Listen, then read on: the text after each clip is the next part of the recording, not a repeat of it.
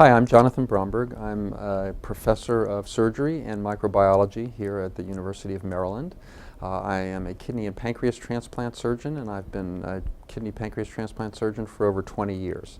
My background is medical school and an M.D. Ph.D. at Harvard Medical School, residency at the University of Washington in Seattle, and a multi-organ transplant fellowship at the University of Pennsylvania. I've been, as I said, practicing for over 20 years, doing kidney and pancreas transplantation, also doing dialysis access for kidney transplant patients, and general surgery procedures on organ failure patients, whether it's kidney failure, pancreatic failure, or other types of failure.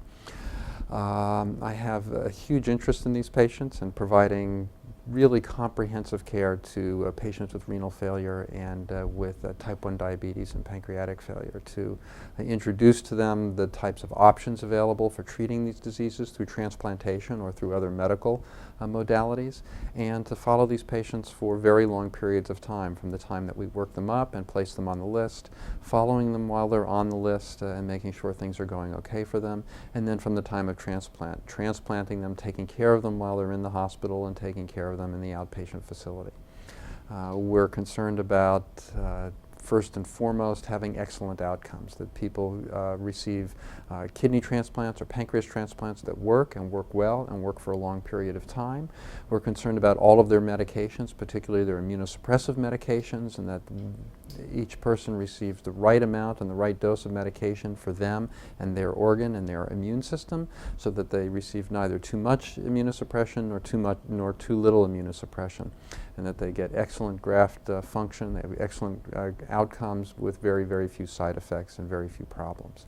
We deal with a lot of other issues with these patients, as I mentioned, things like other general surgical procedures in these patients, such as hernias or gallbladder disease or colon disease or things like that. Deal with dialysis access, whether it's peritoneal dialysis or hemodialysis, and other types of procedures that these patients need. I also have a very strong interest in research. I've been an active investigator and researcher for over 20 years, doing basic science research, translational research, and clinical research. In transplant patients, we're always looking for new ways and better ways to diagnose rejections and to treat rejections and to prevent rejections, and that's something that I've been concerned with in both my clinical work and my research work over the last 20 years. We are trying to develop new medications and novel medications for preventing or treating rejection. We're trying to develop techniques to induce what we call tolerance, so that maybe at some time in the future patients will never need immunosuppression. They'll just receive a few doses of a procedure or a medication at the time of transplant and then get off all medications.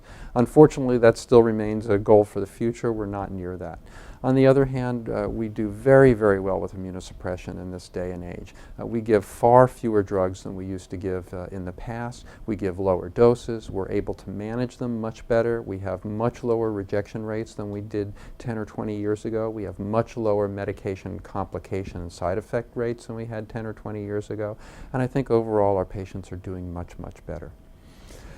The other areas that we're very interested in research is looking at infections. We know that new types of viruses and bacteria are being discovered all the time, and they're being discovered to cause problems in transplant patients and in other kind of patients. And we're very interested in developing new techniques for discovering these organisms and for treating these organisms, so we can either prevent the infections or that we can discover the infections very early on and treat them. So that's another area of active research for us.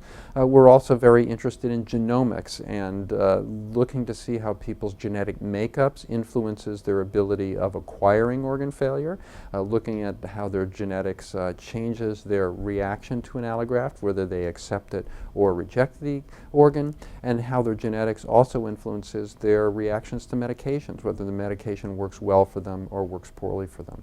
The University of Maryland is one of the major genomic centers in the United States. It has world-class genomic scientists, and one of our plans is to really increase the interaction of the Genomics Center with the Transplant Center in order to study our patients and in order to devise new techniques for treating them and improving outcomes. And then the last thing we're interested in is also stem cells. As many people know, there's lots and lots of interest throughout this country and throughout the world in understanding stem cells and perhaps using stem cells for treating various diseases. We have we have basic science projects that are in the process that are ongoing to look at the role of certain types of stem cells in the immune response and how that might influence the immune response and our patients' abilities to have their organs work and to have immunosuppression work and to become tolerant. We're also interested in stem cells in certain organs, and if we can change the stem cell content or perhaps add to the stem cell content of, say, a kidney or a pancreas, we might be able to improve the function of those organs and make those organs last much longer after transplantation.